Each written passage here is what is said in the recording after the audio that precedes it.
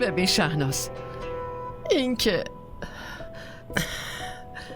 که در مورد خدا چه نظری داری و چی میخوای بگی اصلاً برای من مهم نیست. فقط بدون برای آدمای مثل تو فرعون میشه.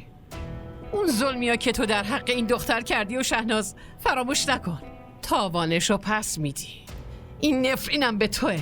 توی این دنیا شهناز سرفکنده میشی و روز قیامت خدا ازت رو برمیگردونه انشالله. برو از اینجا، برو از اتاقم، برو. حتی دلم نمیخواد قیافه نحس تو ببینم. برو. منم علاقه‌ای ندارم اینجا وایستم. این نفسای آخرتونه که بازم مانع کار ما شده. حالا یه روز میرسه بارو بندیلشو میبنده و میره. دیگه شما نمیتونین توی کارای من و پسرم دخالت کنین. امه